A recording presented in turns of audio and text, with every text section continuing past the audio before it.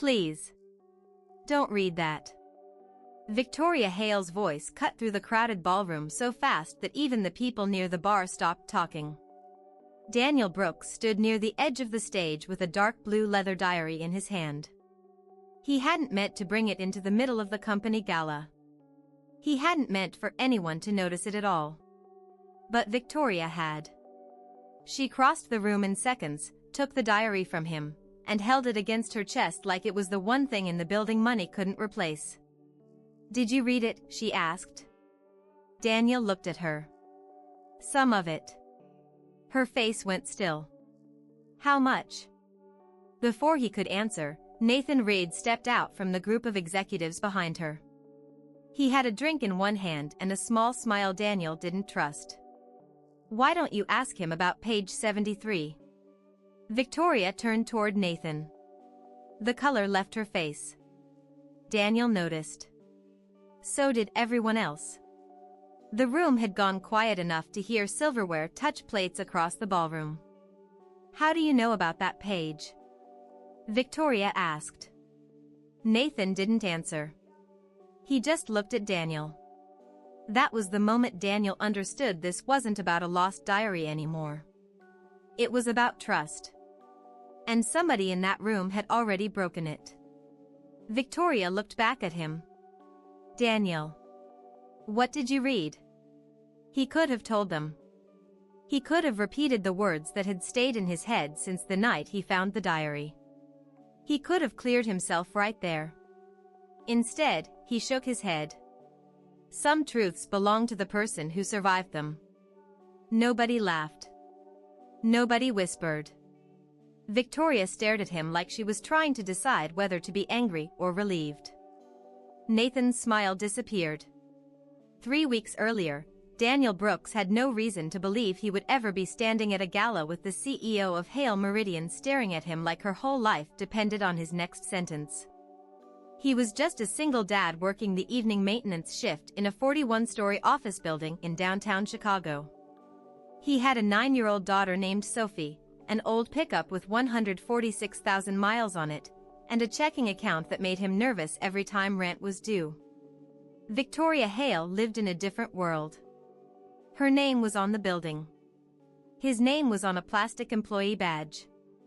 That should have been the end of it. Before we go back to the night Daniel found that diary, if you believe quiet kindness still matters when nobody is watching, take a second to hit subscribe and stay with this story. It was 11:18 p.m. when Daniel pushed his cleaning cart into the executive conference room on the 41st floor. The city lights filled the windows. Half-empty coffee cups sat around the long table. Someone had left a laptop charger. Someone else had forgotten a scarf. Daniel started gathering the usual mess. Then he saw the diary. Dark blue leather. No company logo. No name on the front. It was sitting beside Victoria Hale's chair. He picked it up only to check for an ID. The diary opened by accident. Daniel saw 3 handwritten lines before he could close it. "I have 4,000 employees. 3 houses. And no one I can call at 2 a.m. Daniel stared at the page for 1 second longer than he should have. Then he closed the diary. Quietly. Carefully. And for the first time, Victoria Hale stopped being the woman whose name was on the building. Daniel stood there for a moment with the diary in his hand. He knew he should put it down and walk away. That would have been easier. But leaving something that personal in an empty conference room did not feel right. So he slid it into the locked drawer beneath the front desk and left a note for Margaret Ellis, Victoria Hale's executive assistant. It said only, "Found in conference room. Belongs to Ms. Hale." The next morning, Daniel was halfway through making scrambled eggs when his phone rang. Sophie sat at the kitchen table in mismatched socks, working on a math worksheet and eating toast with too much jelly. "Dad, your phone," she said. "I hear it." He checked the screen. "Hale Meridian." Daniel answered. "This is Daniel Brooks." A woman's voice came through. "Calm. Professional. Mr. Brooks, this is Margaret Ellis. Ms. Hale would like to speak with you. Daniel looked at the clock. 7:42 in the morning. About the diary. There was a short pause. Yes. Sophie looked up. What diary? Daniel covered the phone. Work thing. That sounds suspicious. You are 9. Still suspicious. 25 minutes later, Daniel stepped into Victoria's office on the 41st floor. In daylight, it looked even less real than it did during his night shift. Glass walls. Clean lines. A view of Chicago that probably cost more than his entire apartment building. Victoria stood behind her desk. No smile. No small talk. The diary was in front of her. You found this? She asked. Yes. Did you read it? Daniel answered the same way he always answered things. Straight. A few lines. It opened when I picked it up. Her eyes stayed on him. Which lines? Daniel could have repeated them. He did not. Enough to realize I should close it. Victoria leaned back slightly. You expect me to believe that? You asked what happened. I told you. People have sold private information for less. Daniel nodded. I am sure they have. You work nights in this building? Yes. You have a daughter? Yes. And you did not think this could help you?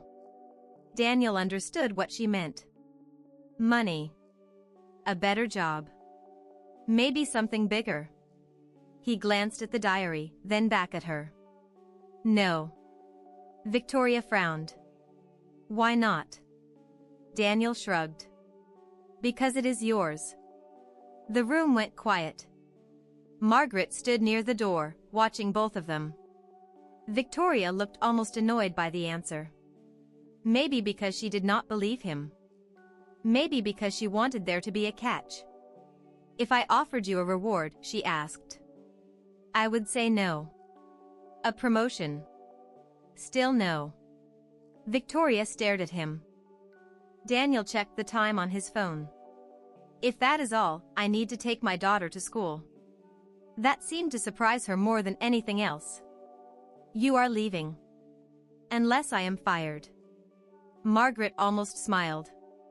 Victoria did not. You are not fired. Good. Rent is due Friday. Daniel turned toward the door. Behind him, Victoria spoke again. Mr. Brooks. He looked back. She had one hand resting on the diary. Her voice was quieter now. Thank you. Daniel nodded once. You are welcome. Then he left.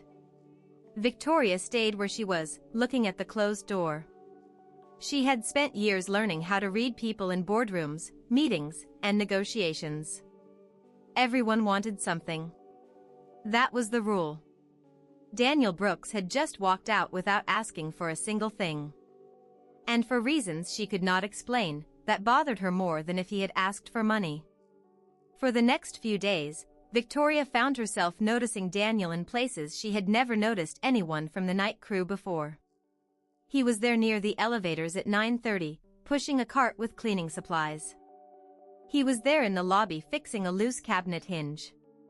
He was there outside the break room talking to a security guard about the Cubs. He never looked for her. That was the strange part. Most people changed when she walked into a room. Their backs got straighter. Their voices got careful.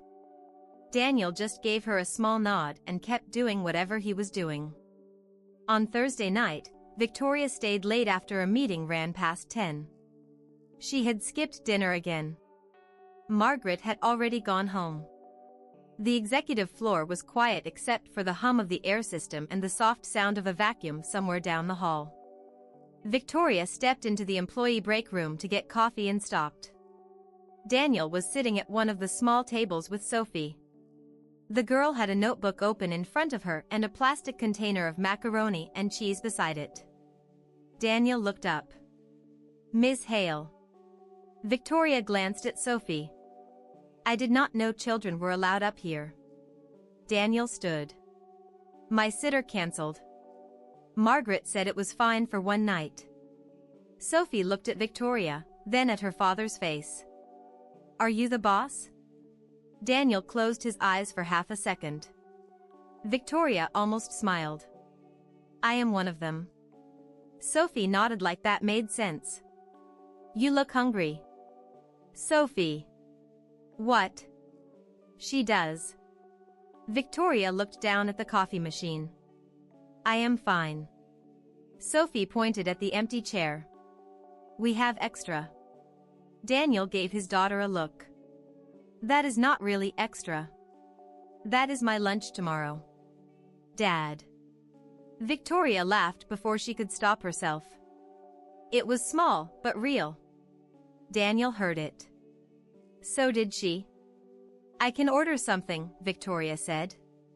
You can, Sophie replied, but this is already here. Daniel shook his head. She has a point. 10 minutes later, Victoria Hale was sitting in the employee break room eating reheated macaroni and cheese from a paper bowl. Sophie told her about a science project involving bean plants. Daniel complained that his truck made a strange noise whenever he turned left. Victoria admitted she had no idea how to cook anything except eggs. Scrambled? Sophie asked. Usually burned. Sophie looked at Daniel. She needs help. Clearly. Victoria smiled again. For a little while, no one asked her about quarterly numbers, investors, or expansion plans. Nobody called her Ms. Hale. Sophie called her Victoria after asking permission once. Daniel called her Victoria only after Sophie did it 3 times. When Victoria finally stood to leave, she looked at the two of them and felt something she could not name. It was not envy exactly. It was the feeling of seeing a warm house through a window when you were standing outside in the cold. That night, back in her penthouse, Victoria opened the dark blue diary. She sat on the edge of her bed and wrote one short line. Tonight, 2 people shared dinner with me and neither one wanted anything. She stared at the sentence for a long time. Then she added another. I had forgotten what that felt like. After that dinner, Victoria started finding small reasons to stay late. At first, Daniel thought it was coincidence. She would leave a meeting at 9 and stop by the break room for coffee. She would ask whether Sophie had finished her bean plant project. Once, she stood beside Daniel while he replaced a broken light switch and asked why he always worked nights. Better schedule for Sophie, he said. I take her to school in the morning. I sleep while she is there. Then I pick her up before I come in. Victoria looked at him. That sounds exhausting. Daniel tightened the last screw. It is Tuesday. She laughed. What does that mean? Everything feels exhausting on Tuesday. She shook her head, smiling. It became easy after that. Too easy, maybe. Victoria would talk to him for 5 minutes. Then 10. Sometimes 20. Daniel never asked about her money. He never asked about the board. He never mentioned the lines he had seen in the diary. That mattered more than Victoria knew. One evening, they stood near the windows on the 41st floor while rain covered downtown Chicago in gray. Victoria held a cup of tea. Daniel was checking a leak near the window frame. Can I ask you something? She said. You just did. Very funny. Sophie says the same thing. Victoria watched him work. Why are you not afraid of me? Daniel looked over. Should I be? Most people are careful around me. I am careful around electrical panels. Daniel. He smiled slightly. You want a serious answer? Yes. He set down his flashlight. You are my boss. That means you can fire me. It does not mean you are a different kind of person. Victoria stared at him. I could make your life difficult. Then you would be my former boss who made my life difficult. She laughed once, then covered it with her hand. You really do not care who I am. Daniel shook his head. I care. I just do not care about the part you think I should. The smile left her face, but not because she was angry. And what part is that? The title. The office. The number on the building. Victoria looked through the glass at the city below. Those things matter. Sure. They matter a lot. I did not say they did not. He picked up his flashlight again. I said they are not you. That stopped her. Daniel went back to the window frame. He did not see the way she looked at him. For years, Victoria had built a life where nobody could get close enough to disappoint her. Daniel had somehow stepped around every wall without even trying. Later that night, Margaret found Victoria alone in her office with the diary open. You are smiling, Margaret said. Victoria immediately looked serious. No, I am not. You were. Go home, Margaret. Margaret smiled and left.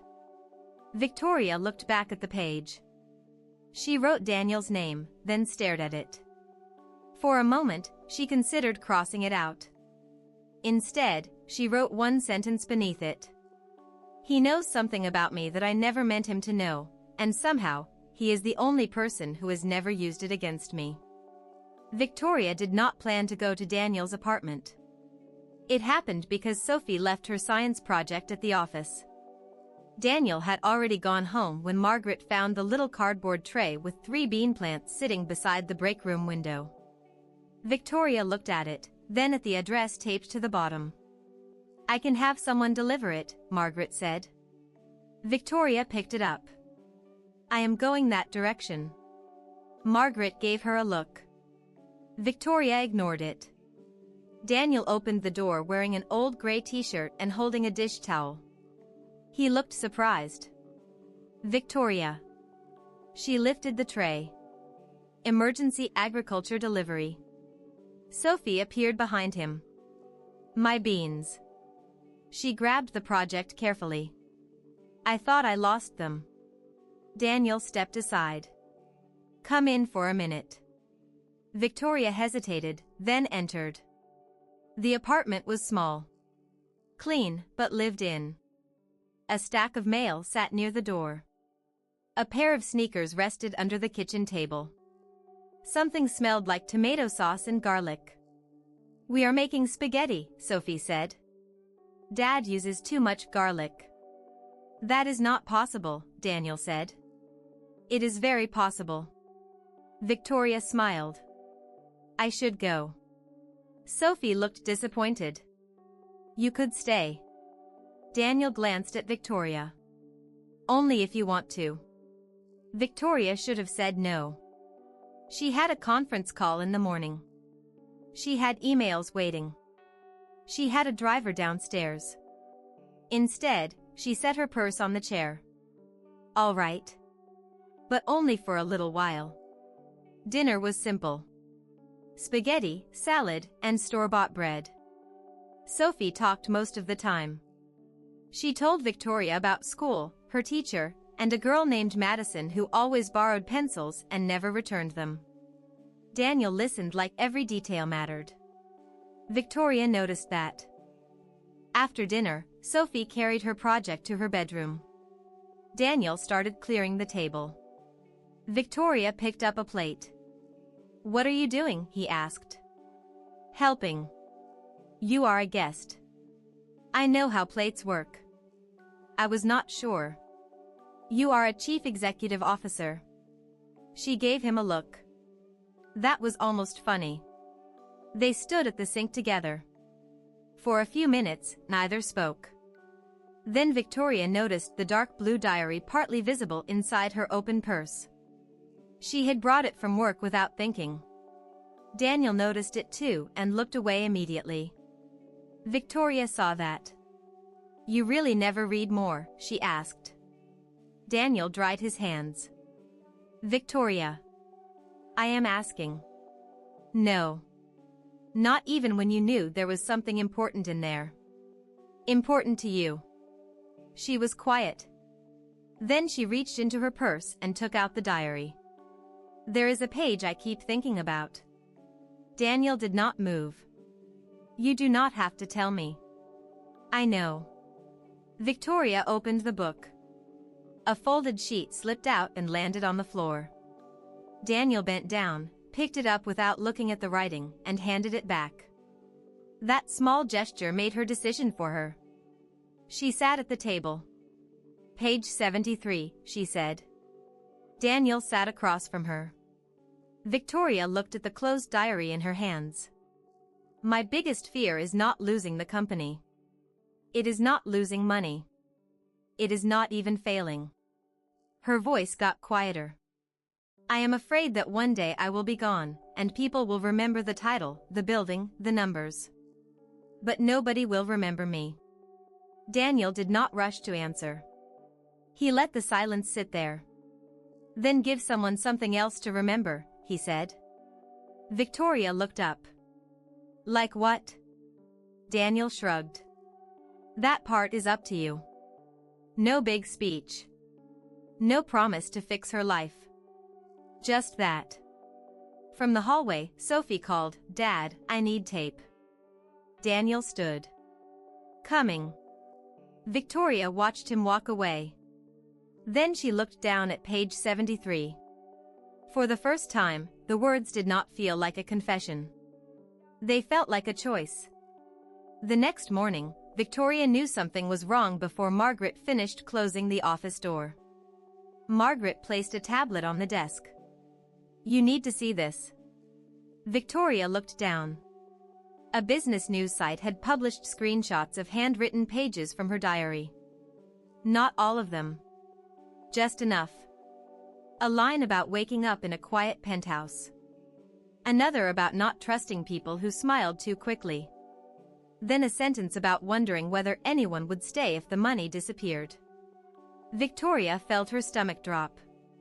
Where did they get these? Margaret shook her head. We are checking. By 8:30, 3 more sites had picked up the story. By 9, the board wanted an emergency meeting. By 9:15, Nathan Reed was already telling people the leak raised serious questions about Victoria's judgment. Daniel heard about it from a security guard near the loading dock. Man, somebody leaked the boss's diary, the guard said. Daniel stopped moving. What? The guard held up his phone. Daniel read one line and felt cold. He knew those words. By noon, Daniel was called upstairs. Victoria was standing beside the windows when he entered. Nathan sat near the conference table. Margaret stood by the door. The dark blue diary was on Victoria's desk. Close the door, Victoria said. Daniel did. She looked tired. Not angry at first. Just tired. You knew some of this. Yes. You had the diary. For one night. Nathan leaned forward. And now private pages are online. Daniel looked at him. I can see that. Nathan smiled without warmth. Can you? Victoria raised a hand. Nathan. He stopped. She turned back to Daniel. Page 73 was included in a file sent anonymously to 2 board members this morning. Daniel stared at her. That page had never been open when he found the diary. He only knew about it because Victoria had told him in his apartment. Victoria, I did not do this. You knew what was on that page. Because you told me. And now someone else knows. Daniel took a slow breath. He understood why she was asking. That almost made it worse. You think I told them? I am asking you. No. You are asking because part of you already thinks I could have. Victoria looked away. Nathan jumped in. This is not personal, Daniel. The company has to protect itself. Daniel gave him a flat look. That sounds very personal when you say it. Margaret almost reacted, but stopped herself. Victoria pressed both hands against the edge of the desk. I need the truth. Daniel stepped closer, but kept his voice calm. You have it. She looked at him. You knew. Yes. You promised. I kept it. The room went still. Victoria's eyes narrowed. Then who did not? Daniel turned toward Nathan. Nathan's expression did not change, but something about the question seemed to bother him. Daniel noticed. So did Margaret. Nathan stood. This is ridiculous. The obvious answer is standing right here. Daniel said nothing. Victoria looked from Nathan to Daniel, then down at the diary. For the first time since the leak started, she was not sure who she was more afraid of trusting. By the end of the day, Daniel's badge stopped working. He stood outside the employee entrance with his hand still on the scanner when a red light flashed for the third time. A security supervisor came over looking uncomfortable. I am sorry, Daniel. Human Resources put you on temporary suspension. Daniel nodded once. Until when? They did not say. He already knew what that meant. He went home early and found Sophie at the kitchen table drawing with colored pencils. She looked up the second he walked in. Why are you home? Work problem. Bad one. Daniel set his keys down. Pretty bad. Sophie studied his face. Did you do something? He smiled a little. No. Then tell them. I did. She frowned. And they did not believe you. Daniel sat across from her. Not yet. The next morning, an envelope arrived by courier. Inside was a formal statement prepared by the company. It said Daniel could receive 6 months of severance if he signed an agreement accepting responsibility for mishandling confidential material and promised never to speak publicly about Victoria or the diary. Daniel read it twice. Then his phone rang. Nathan Reed. You got the paperwork? Nathan asked. I got it. It is a good deal. For who? Nathan sighed. Daniel, do not make this harder than it needs to be. You sign, you get paid, everyone moves on. Daniel looked at the agreement on the table. And if I do not? Then the company investigates. Your name stays attached to this. That could make finding another job difficult. Daniel was quiet. Nathan lowered his voice. You have a daughter. Think about her. Daniel's expression changed. Not anger. Just disappointment. Do not use my daughter to sell me a lie.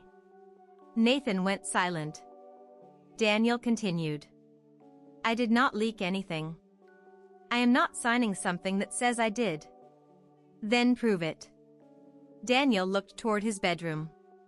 Inside the top drawer of his dresser was an old voice memo recorder Sophie used for school projects. The night Victoria came to dinner, Sophie had left it running on the kitchen counter while recording notes for her science presentation. It had captured part of Victoria's conversation with Daniel. It captured Victoria explaining page 73 herself. If Daniel handed that recording to the board, it would prove he had not stolen that page from the diary. It would also expose Victoria's private words to more people. I can prove it, Daniel said. Nathan paused. Then do it. Daniel looked at the recorder in his hand. No. Excuse me. Not that way. Nathan laughed once. You would rather lose your job. If the only way to save myself is to make her private life public again, then yes. Nathan said nothing for a moment. That is stupid. Daniel ended the call. Sophie had been standing in the hallway. Dad. He looked over. How long have you been there? Long enough. She pointed at the recorder. Why do you not just show them? Daniel sat down slowly. Because being right does not give you permission to hurt someone. Sophie looked at him for a few seconds, then nodded like she was trying to remember the sentence. Across town, Margaret Ellis was asking a different question. She was sitting in the security office, going through building access records from the week before the leak. She checked Victoria's office. Then the executive copy room. Then a private scanner connected to the board network. One name kept appearing at strange hours. Nathan Reed. Margaret leaned closer to the screen. Then she saw something else. A file transfer at 11:46 at night. The same night Daniel had been working 3 floors below. Margaret reached for her phone. For the first time, she was no longer trying to find out whether Daniel had betrayed Victoria. She was trying to find out who had framed him. Margaret called Victoria at 7:12 the next morning. I found something. Victoria was already in her office. She had barely slept. What? Access logs. File transfers. Scanner history. Nathan was in the executive copy room after midnight 3 times last week. Victoria stood up. Are you sure? Yes. And there is more. By 10, the board had gathered in the main conference room. Nathan sat near the center of the table like he belonged there. Victoria sat at the head. Margaret stood beside a monitor with a folder in her hands. Daniel was not there. Nathan noticed. Where is Mr. Brooks? He asked. Victoria looked at him. Why? Worried he might say something. Nathan leaned back. I am worried about the company. Margaret placed the first document on the screen. Then this should concern you. She showed the access record. Nathan's badge had entered the executive copy room at 11:41 at night. Then another record. A private scanner had been used 5 minutes later. Then a file transfer had gone through the board network. Nathan looked at the screen. That proves nothing. Margaret nodded. By itself, no. She clicked again. A service report appeared. The scanner had been set to automatically save copies to a restricted folder used by Nathan's office. The setup had been changed 2 months earlier. Under his authorization.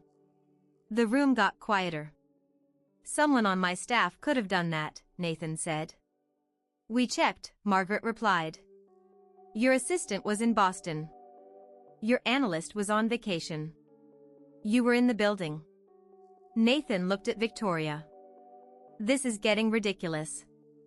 Victoria did not answer. Margaret placed one more document on the table. The anonymous files sent to the board came from a temporary account created on a device registered to your office network. Nathan's face changed. Just slightly. But everyone saw it. Victoria finally spoke. You used my diary. Nathan stood. I protected this company from an unstable leader who was becoming emotionally compromised. Victoria stared at him. You mean human? Nathan opened his mouth, but the conference room door opened first. Daniel walked in. Margaret had called him 20 minutes earlier. He wore the same work jacket he had worn the night he found the diary. No suit. No lawyer. He looked around the room, then at Victoria. Nathan pointed at him. He still had access to private information. He still got too close to the chief executive officer. That is a problem. Daniel stayed calm. No. The problem is what you did with something that was never yours. Nathan laughed. You expect them to believe the maintenance guy over an executive officer. Daniel shrugged. They should believe the records. That ended the argument faster than anything else could have. Victoria looked at Daniel. Margaret told me you had something that could have cleared your name yesterday. Daniel glanced at her. I did. Why did you not use it? Because it was private. Even after I doubted you. He nodded. Victoria's voice got quieter. Even after we suspended you. Yes. Why? Daniel looked at the dark blue diary sitting beside her hand. Because you trusted me with something you never meant to give me. I was not going to punish you for that just because someone else lied. Nobody moved. Nathan looked down at the table. One board member slowly closed his folder. Victoria stared at Daniel for several seconds, then turned toward Nathan. Your access is revoked effective immediately. Security will handle the rest of the company process. Nathan looked around, waiting for someone to defend him. Nobody did. He picked up his phone and left without another word. The door closed softly behind him. Victoria looked back at Daniel. I am sorry. Daniel nodded. I know. She swallowed. That is all. What else do you want me to say? For the first time that morning, Victoria almost smiled. The room stayed quiet. But this time, the silence did not feel like fear. It felt like everyone finally understood who Daniel Brooks really was. 3 months later, Daniel was still working at Hale Meridian, but things felt different now. Not because he had been promoted. He had turned that down. Not because Victoria had given him money. She had tried once, and he had refused that too. Things were different because the distance between their lives had started to disappear in small, ordinary ways. Victoria still ran meetings on the 41st floor. She still wore sharp business suits and spent her mornings talking about budgets, contracts, and expansion plans. Daniel still packed Sophie's lunch, drove an old pickup, and complained every time the check engine light came on. But now Victoria sometimes showed up at his apartment on Sunday mornings with coffee. She had learned how to make pancakes. Sort of. That one looks like Texas, Sophie said, staring at the pan. Victoria looked offended. It is supposed to be round. Daniel leaned over. Texas is a strong shape. You are not helping. Sophie laughed so hard she nearly dropped her fork. Those were the moments Victoria had never written about before. Not because they were unimportant. Because she had never had them. One Friday evening, Daniel came home and found Victoria sitting at the kitchen table with Sophie. The dark blue diary was beside her. Sophie was coloring a picture while Victoria wrote. Daniel set down a grocery bag. Should I be worried? Victoria looked up. About what? He pointed at the diary. My name better not be in there. Sophie grinned. It is. Victoria closed the book. Traitor. You told me. I told you not to tell him. Daniel started putting groceries away. Great. Now I am nervous. The room filled with the smell of coffee and the soft sound of Sophie coloring. Nothing important was happening. That was exactly why it mattered. A few minutes later, Sophie looked at Victoria. Are you writing sad stuff again? Victoria paused. Daniel turned toward her without saying anything. She smiled. Not tonight. Sophie nodded. Good. Then she went back to her picture. Victoria opened the diary again. For years, every page had been filled with things she could not say out loud. Fear. Doubt. Loneliness. Questions she thought powerful people were not supposed to ask. That night, she wrote something different. She wrote that she used to believe strength meant never needing anyone. She wrote that Daniel had taught her something without ever trying to teach her. A man who had very little had refused to take advantage of the one thing she could not buy back once it was lost. Trust. And somehow, that had given her something she thought was gone for good. A place where she did not have to be the chief executive officer. She could just be Victoria. Daniel called from the kitchen. Pancakes are dying over here. Victoria laughed and closed the diary. This time, she left it on the table. No drawer. No lock. No fear that someone might see it. Sophie ran toward the kitchen. Victoria followed. At the doorway, she stopped and looked back at the little blue book. Months ago, finding it had almost destroyed the one thing she wanted most. Now she understood something simple. Being known was not the same as being exposed. The right people did not use your weakest moments against you. They protected them. They gave you room to breathe. They stayed. And if you believe kindness like that still matters, maybe leave a like, share where you are watching from in the comments, and subscribe so more stories about dignity, trust, and second chances can find their way to you. Victoria turned off the dining room light and joined Daniel and Sophie in the kitchen.